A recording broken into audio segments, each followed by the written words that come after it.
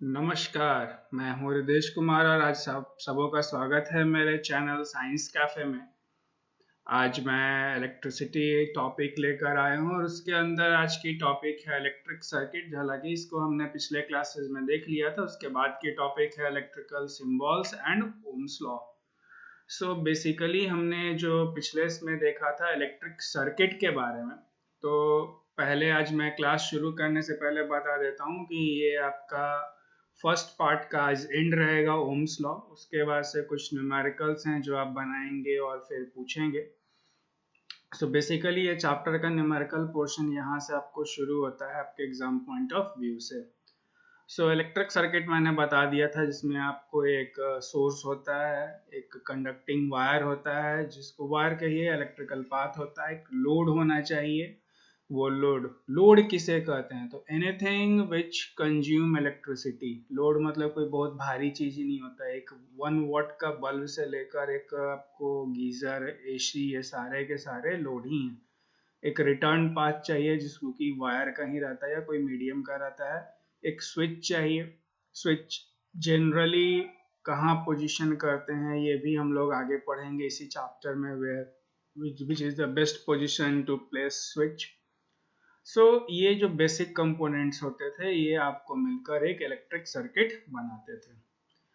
चलिए अब सर्किट में सर्किट के स्विचेज जो होते हैं अलग अलग कंपनीज अलग अलग के तरह के बनाते हैं, लोड भी अलग अलग तरह से बनाए जाते हैं। तो सर्किट में ऑफिशियली अब हर का फिगर तो नहीं डाल सकते हैं, तो ऑफिशियली हम लोग ना उसका प्रैक्टिकल से कुछ भी हो उसका साइंटिफिक क्या होता है तो सिंबल्स को यूज करते हैं। तो आज वही टॉपिक है सिंबल्स में। जैसे एक इलेक्ट्रिक सेल हुआ जिसको हम लोग बैटरी भी कॉमन भाषा में कहते हैं। तो बैटरी और सेल की फर्क आज हमें समझनी है कि सेल है जिसमें कि एक बड़ा सा लकीर देख रहे हैं, एक छोटा सा लकीर देख रहे हैं। बड़ा सा जो लकीर रहता है वो पॉजिटिव टर्मिनल को दिखाता है और ये जो छोटा सा लकीर है ये आपको निगेटिव टर्मिनल को दिखाता है।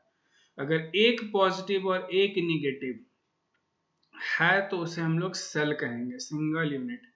अब वैसे एक पॉजिटिव नेगेटिव, ये पॉजिटिव नेगेटिव नंबर ऑफ मिलके मतलब दो या दो से ज्यादा कितना भी हो जाए उन्हें हम लोग बैटरी कहते हैं। So this is the basic difference between cell and battery. Individual अकेले है तो सेल है, अगर नंबर ऑफ सेल्स हैं दो या दो से ज्यादा कितने भी तो उसे हम लोग बैटरी कहते हैं। So battery is combination of sales.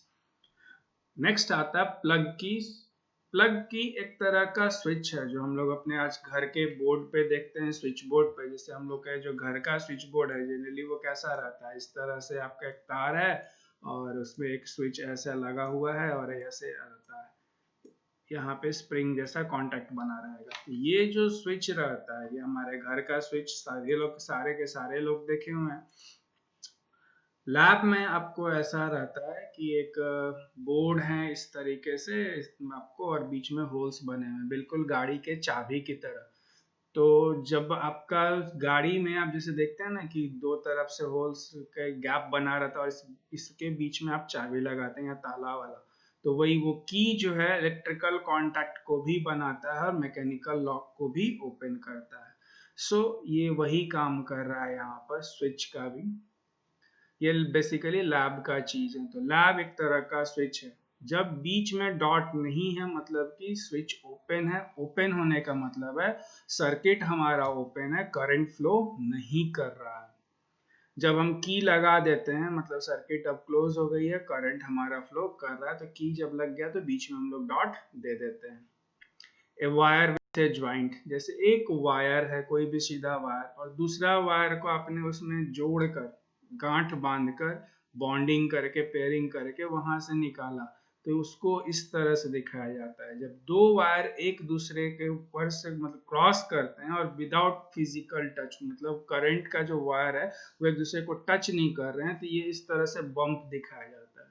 इसमें एक चीज यही रहता है कि ये पहचानने का, जो आपको टेक्स्ट बुक में नहीं है लेकिन आप जान लीजिए कि जो वायर पहले से रहते हैं वो सीधे रहेंगे। जैसे यहाँ पे ये वाला जो वायर है ना ये पहले से है, हम लोग सर्किट डायग्राम देख कर बता सकते हैं। तो यही बता रहा है कि ये जो वायर है ये पहले से है, बाद वाले पे बम्प दिया जाता है। मतलब कि अगर कहीं पे एक वायर ऐसे है और दूसरा तार ऐसे आकर निकला इस तरीके से, दैट मीन्स कि ये जो वायर था ये पहले से था, this one is your first wire and this one is your second wire. तो यही वही चीज बता रहा है कि वायर्स जो होते हैं वो बताते हैं। तो यहाँ पे आप देखेंगे कि ये आपका पहला वायर है और ये आपका दूसरा वायर है। तो जो वायर बाद में आता है उस पर बम्प रहता है। इलेक्ट्रिक बल्ब, ये एक बल्ब का रिप्रेजेंटेशन है और मोस्ट कॉमनली लोड का भी आपका रिप्रेजेंटेशन है। रेसिस्टेंस, रेसिस्टेंस के बारे में आगे बहुत कुछ पढ़ना है, तो फिलहाल एक शॉर्ट इंट्रोडक्शन में यही बोलूंगा। रुकावट, जैसे आप मैकेनिकल में या ये कहिए मैकेनिक्स में पढ़ते हैं फ्रिक्शन, कि आपको फ्रिक्शन अपोजेस द मोशन, वैसे ही इलेक्ट्रिसिटी में resistance opposes the flow of electron. ये हमेशा करंट के डायरेक्शन के अपोजिट ही रहता है, ये करंट के फ्लो को अपोज करता है।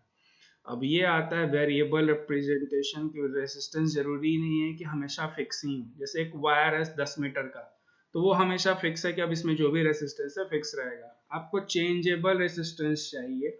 फॉर एग्जांपल आप फैन में देखते होंगे डिमर, डिमर करने का मतलब एक वोल्टेज रेगुलेटर रहता है जो फैन की स्पीड को बढ़ाता है और घटाता है। तो आजकल तो वो SCR बेस्ड बन के आते हैं छोटे वाले, पुराने होते हैं जो वो रेसिस्टेंस बेस्ड होते थे। तो रेसिस्टेंस बेस्ड में क्या होता था कि जितनी बार हम उस नॉब को घुमाएंगे, जैसे हमने 1 पे कर दिया तो ये रेसिस्टेंस इतना है, 2 पे कर दिया तो कम रेसिस्टेंस, 3 पे कर दिया तो और कम, 4 पे कर दिया तो 5 पे कर दिया तो सबसे कम रेसिस्टेंस और पंखे की स्पीड सबसे ज्यादा। 1 पे करने पे रेसिस्टेंस सबसे ज्यादा, पंखे की स्पीड सबसे कम। ये एक आमीटर है।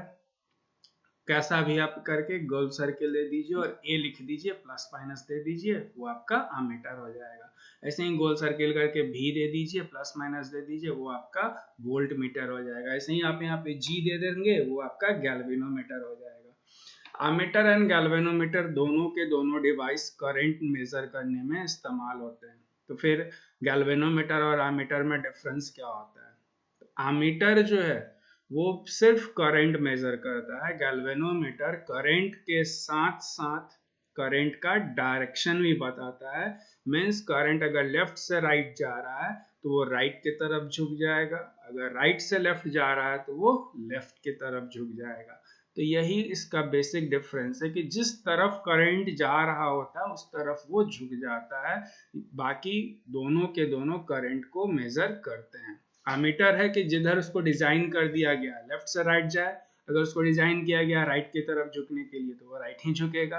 करंट लेफ्ट की तरफ जाए तो भी वो आमीटर राइट की तरफ ही झुकेगा। सो this is the basic difference between ammeter and galvanometer. इसके अलावा भी कुछ सिंबल्स होते हैं जो आप पढ़ेंगे तो आप देख लेंगे अपने बुक्स में। नेक्स्ट आता है आपका आज का टॉपिक है ओम्स लॉ। छोटा सा टॉपिक है बट बहुत काम के टॉपिक है। आपकी पूरी इलेक्ट्रिसिटी लगभग आपको जो सीरीज पैरेलल है वो इसी पे बेस्ड है। इसके अपने भी कुछ छोटे छोटे न्यूमेरिकल्स हैं जो बेसिक फंडामेंटल्स हैं, बनाना जरूरी है। मुझे तो आप बना के देखेंगे, अगर आपको प्रॉब्लम होगी तो आप मुझ पे इससे भी प्रॉब्लम पूछ सकते हैं। बट बेसिकली इससे कई नियम्स एंड फॉर्मूला को, इसके रूल्स को आप याद रखेंगे क्योंकि आपके सीरीज पैरेलल को जो इस चैप्टर का मेन है वो अब शुरू होगा, तो वहां पे आपको मदद करेगा। सबसे पहले ओम्स लॉ का हम लोग डेफिनेशन देखते हैं कि ओम्स लॉ कहता क्या है। तो ओम्स लॉ का छोटा सा डेरिवेशन है। मैंने डेराइव तो इस तरह से नोट्स की तरह में नहीं किया है, लेकिन मैं अभी कोशिश करूंगा आपको थोड़ा सा बताने के लिए। जैसे ओम्स लॉ का डेफिनेशन कहता है कि एट कांस्टेंट टेम्परेचर, बात को समझिए, डेफिनेशन बहुत ही सारा कुछ एक्सप्लेन करता है और आपको इसकी मतलब ये टॉपिक ऐसा है इसके डेफिनेशन एज सच याद भी करनी पड़ती है। तो वो कहता है कि कांस्टेंट टेम्परेचर पे current flowing through a conductor, कोई भी करंट जो एक कंडक्टर में फ्लो कर रहा है वो डायरेक्टली प्रोपोर्शनल है उस करंट वोल्टेज जो अप्लाई होता है उसके। That means I equal to V/R हमारा फॉर्मूला आ गया। अब हमें ये समझना है कि ये कह क्या रहा है, तो मैं उसे बताने जा रहा हूं आपको कि एट कांस्टेंट टेम्परेचर आपको क्या लेना है, टेम्परेचर कांस्टेंट करना है। मतलब अगर आप जब एक्सपेरिमेंट करेंगे उस समय में आपके पास टेम्परेचर फिक्स होना चाहिए। ऐसा नहीं है कि आपने एक्सपेरिमेंट शुरू किया उस समय 10 बज रहे थे और जब खत्म किया 12 बज रहे हैं दिन के, और टेम्परेचर जो उस बीच में आपको 10 डिग्री 12 डिग्री 6 डिग्री बढ़ चुका है। दैट मीन्स एक कंट्रोल टेम्परेचर में आप एक एयर कंडीशन रूम ले सकते हैं जिसमें वो पूरे रूम के टेम्परेचर को 24 डिग्री है तो 24 डिग्री मेंटेन रखा, 28 डिग्री पे किया तो 28 डिग्री मेंटेन रखा। तो यही होता है एट कांस्टेंट टेम्परेचर, मतलब टेम्परेचर फिक्स होना चाहिए। अब टेम्परेचर फिक्स हो गया तो करंट जो फ्लो करता है, करंट का आपको क्या सिंबल है, आई। तो करंट जो फ्लो करता है इज डायरेक्टली प्रोपोर्शनल, तो प्रोपोर्शनलिटी का सिंबल देंगे हम लोग, ये प्रोपोर्शनल है, is directly proportional to voltage applied। Definition से हमें ये स्टेटमेंट आया I is proportional to V। बात ये है, अब देखिए आपको मैथ्स के नियम में मालूम है कि प्रोपोर्शनलिटी हटाते हैं तो हम एक इक्वल टू का साइन देते हैं, V आपका है ही, और एक कांस्टेंट देना पड़ता है, जैसे आपने 9th में भी पढ़ा था। तो यहाँ पे जो कांस्टेंट है वो कांस्टेंट है 1/r। सो फॉर्मूला बनकर आ गया I इक्वल टू V/R। सो यही फॉर्मूला मैंने आपको यहाँ पर लिख के दिखा दिया है। अब आता है व्हाट इज R, ये रेसिस्टेंस क्या है। तो resistance is a position provided by a conducting medium in flow of electron. Resistance is a position provided by conducting medium to electrons, that is resistance। तो ये आपका एक resistance है। तो resistance कुछ फैक्टर्स पे डिपेंड करते हैं जो आपका इस ओम्स लॉ के बाद की टॉपिक है, तो वहां पे हम लोग इसको डिस्कस करेंगे। बस आप फिलहाल ऐसे समझिए कि रेसिस्टेंस जो है वो जस्ट लाइक फ्रिक्शन है, कि मोशन जिधर भी होगा उसके अपोजिट में फ्रिक्शन काम करता है, वैसे ही इलेक्ट्रॉन जिधर भी फ्लो करता है रेसिस्टेंस उसके अपोजिट में, मतलब वो चाहता है कि इलेक्ट्रॉन की फ्लो ना हो, रुकावट हो। अब रुकावट जितना ज्यादा रहेगा करंट की फ्लो उतनी कम रहेगी, रुकावट जितना कम रहेगा करंट का फ्लो उतना अधिक रहेगा। इसी को एक्सप्लेन किया गया कि I जो है वो आपका करंट है, V जो है आपका वोल्टेज है, R जो है आपका वो रेसिस्टेंस है। अब आते हैं ओम्स लॉ के ग्राफ पे। तो आज बेसिकली थ्योरी देख रहे हैं, थ्योरी में आपका बस फॉर्मूला ये हो गया I इक्वल टू V/R। यहाँ से आप ना चाहें तो दो फॉर्मूला और बना सकते हैं, चाहे क्या बनेगा ही, आपको पढ़ना भी है। V equal to I into R, एक फॉर्मूला आ गया, क्रॉस मल्टीप्लाई कर दिए तो, and R equal to V/I। तो ये जो बेसिकली तीन फॉर्मूलाज बनकर आ रहे हैं, ये तीनों फॉर्मूला आपको पूरी सीरीज पैरेलल बनाने में आपको मदद करेगी। अब आते हैं ओम्स लॉ का नेक्स्ट प्रॉपर्टी जो कहता है कि graph of Ohm's law is always a straight line. जब इसके हम ग्राफ प्लॉट करते हैं, ये वोल्टेज एंड करंट का एक लैब में एक्सपेरिमेंट भी अच्छा खासा एक्सपेरिमेंट है। उस एक्सपेरिमेंट में जब आप करेंगे तो आपके टीचर्स बताएंगे कि ये जो ग्राफ है, किसी भी कंडक्टर को मतलब एक्सपेरिमेंट करते हैं तो वो बताता है कि स्ट्रेट लाइन पास करता है ओरिजिन से। वो ग्राफ जो है वो बताता है ओम्स लॉ का, it is a straight line through origin. अगर वो ओरिजिन से नहीं पास किया तो it do not follows Ohm's law. चलिए इसका ग्राफ देखते हैं। जैसे हमने यहाँ पर 4 करंट का वैल्यू लिया, ये हमने चारों के चारों ओम्स लॉ को दिखाया है। अब बताएंगे कि ओम्स लॉ कौन नहीं है। पहले ये देख लीजिए कि ओम्स लॉ क्या है। जैसे यहाँ देखिए, जब 1 था तो इसकी वैल्यू 2 के बराबर थी। मतलब यहाँ अगर सपोज हम लोग इसको वोल्टेज मान लेते हैं और इसको हम लोग करंट मान लेते हैं, दिस इज योर करंट। तो जब हमने 1 वोल्ट दिया तो यहाँ पे करंट 2 एम्पियर था। अगले केस में जब हमने 2 वोल्ट दिया तो करंट 4 एम्पियर था। जब हमने 3 वोल्ट दिया तो करंट आपका 6 एम्पियर था, हमने 4 वोल्ट दिया तो करंट आपका 8 एम्पियर पे था। तो वैसे ही 5 वोल्ट देंगे तो करंट कहाँ जाएगा, 10 एम्पियर पे, ये आपको सीधा चला जाएगा। तो पहला लाइन जो है उसमें आपने देखा कि 0 पे 0, 1 पे 2, 2 पे 4, एक बिल्कुल सीधा लीनियर ग्राफ है, स्ट्रेट लाइन ग्राफ है।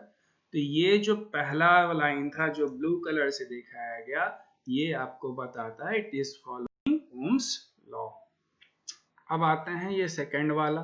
सेकंड वाले में देखिए, जब मैंने 1 लिया तो ये इसका वैल्यू यहाँ पे 1.5 के लगभग आता है। 2 वोल्ट लिया तो ये 3 वोल्ट के लगभग है। 3 लिया तो ये 4.5 पे जा रहा है, 4 लिया तो ये 6 पे जा रहा है। अगेन ये भी लीनियर है, 1.5 का डिफरेंस आ रहा है, और 0 पे ये भी 0 है, तो ये भी स्ट्रेट लाइन है, 0 से पास कर रहा है। So again it is a Ohm's law. जरूरी नहीं, ये हमने 4 अलग अलग केसेस लिए हैं, ये एक ही केसेस का ग्राफ नहीं है, ये केस 1 का है। मतलब कि कोई एक ऐसा कंडक्टर है जिसमें कि 2 वोल्ट देने पे 2 एम्पियर करंट जा रहा है। तो ये कंडक्टर 2 है जिसमें 2 वोल्ट देने पे कंडक्टिंग इसका क्या हो रहा है, तो इट्स कंडक्टिंग इज 1.5 एम्पियर। इसमें कंडक्टिंग 1 वोल्ट देने पे 1.5 एम्पियर का होकर आ रहा है। तीसरा जो हम लोग लेते हैं करंट 3, जैसे ये जो हमने पर्पल लाइन लिया, यहाँ पर देखिए 1 पे 1.2 के लगभग है, 2 पे 2.4 के लगभग है, 3 पे आपका 3.6 के लगभग है, 4 पे आपका 4.8 के लगभग में। तो ये भी यहाँ पे देखिए आपका डिफरेंस कितना है, 1.2 का। इसमें 2 का था, इसमें 1.5 का था, इसमें 1.2 का था। चौथा में देखेंगे तो 1 पे 1, 2 पे 2, 3 पे 3 एंड 4 पे 4। सो आप यहाँ पे क्या देख रहे हैं, this is having a difference of 1। So you find कि 4 अलग अलग कंडक्टर्स थे, उनकी अपनी इंडिविजुअल प्रॉपर्टी थी, लेकिन सभी के सभी उसी टेम्परेचर पे जब उनमें रेगुलर वोल्टेज दिया गया तो they were having straight line. सारे के सारे आप देख रहे हैं स्ट्रेट लाइन है, और सभी के सभी ओरिजिन से पास कर रहे हैं। तो ये चारों के चारों कंडक्टर ओम्स लॉ को फॉलो कर रहे हैं। अब आते हैं कौन से कंडक्टर ओम्स लॉ को फॉलो नहीं करते हैं। तो आप मेरे ग्राफ को बस अब ध्यान देखिएगा। जो कंडक्टर का ग्राफ ऐसे गया, स्ट्रेट नहीं है, कोई कंडक्टर यहां से बिल्कुल स्ट्रेट है, अभी ओरिजिन 0 पे आपको 0 नहीं है, 0 पे ये 1 है।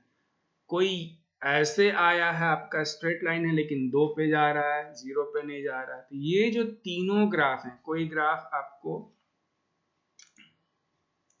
इस तरह से है कि यहां से यहां आया और उसके यहाँ से ऐसे फ्लैट हो गया, कोई ग्राफ यहां से यहां गया उसके यहाँ से कर्व ऐसे उठ गया, या कोई ग्राफ ऐसे से आया ऐसे कर्व हो गया। तो ये सारे जो ग्राफ हैं ये सारे के सारे ओम्स लॉ को फॉलो नहीं करते हैं। So graph of Ohm's law is always a straight line. Simple सी ग्राफ पेपर पे आप प्लॉट करेंगे तो आपको बन जाएगा। I think I made it clear. अब मैंने कुछ सिंबल्स दिए हैं, इसको आप एक फ्रेश पेपर पे एज सच लिख लें और अपने फर्स्ट पेज पे या जहां भी पढ़ते हैं, जहां भी है, इसको आप अपने सामने रखें। आपको याद रखना जरूरी है। जैसे मैंने बताया, symbol which will be used in this chapter and their meaning as well as their unit if they have. तो सिंबल्स जो इस चैप्टर में इस्तेमाल होंगे, अगर कुछ छूट जाते हैं तो वो आगे मैंने फिर बताऊंगा, जो इस चैप्टर में आपको इस्तेमाल करने हैं सवाल बनाने में। तो जैसे फर्स्ट आपको पढ़ाया था मैंने, C कूलम्ब है, Q चार्ज का है, चार्ज की यूनिट कूलम्ब है, इसलिए मैंने जस्ट उसके बाद लिखा। V जो है वोल्टेज बताता है, V जो है potential difference, that means V दोनों सेम चीज है, तो voltage and potential difference both are same thing.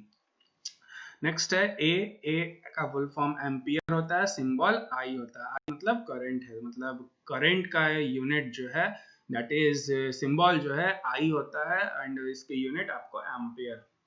Next है आपका R रेसिस्टेंस, इसको हम लोग ओम कहते हैं, और इस ओम का सिंबल इस तरह से ये इसका सिंबल होता है। ये रेसिस्टिविटी का है, रो इसका सिंबल है, प्रोनाउंस करते हैं RHO रो। ये इसका सिंबल हो गया, इसको रेसिस्टिविटी कहते हैं।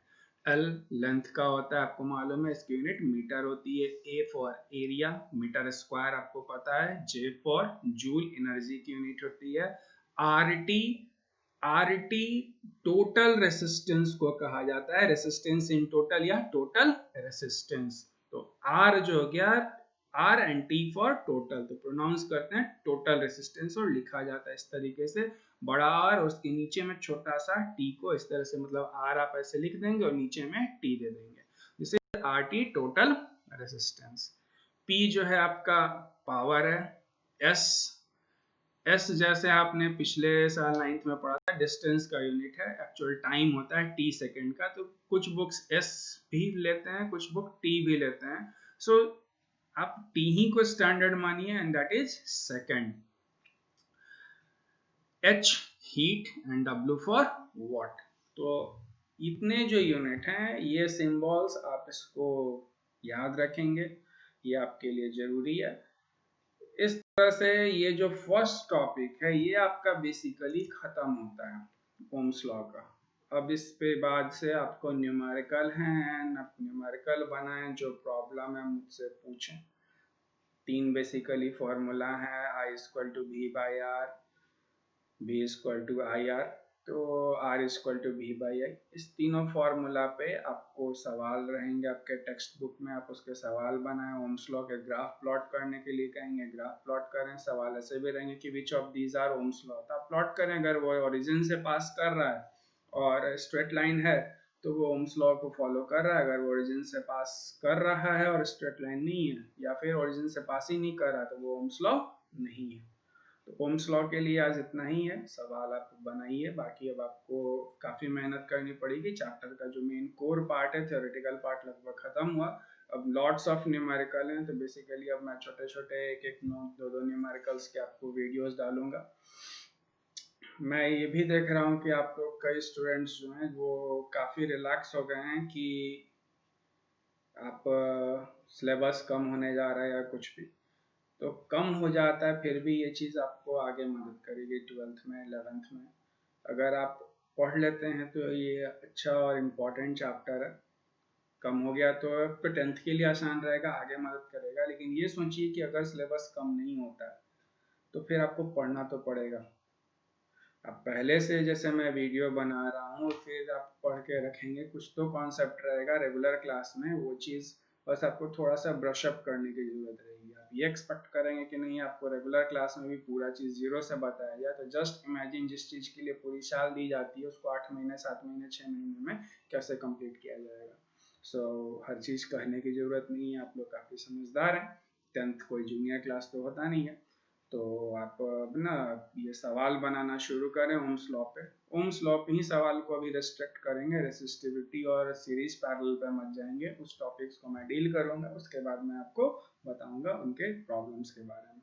सो I will be waiting for your problems on this topic Ohm's law, and have a nice day. Thank you.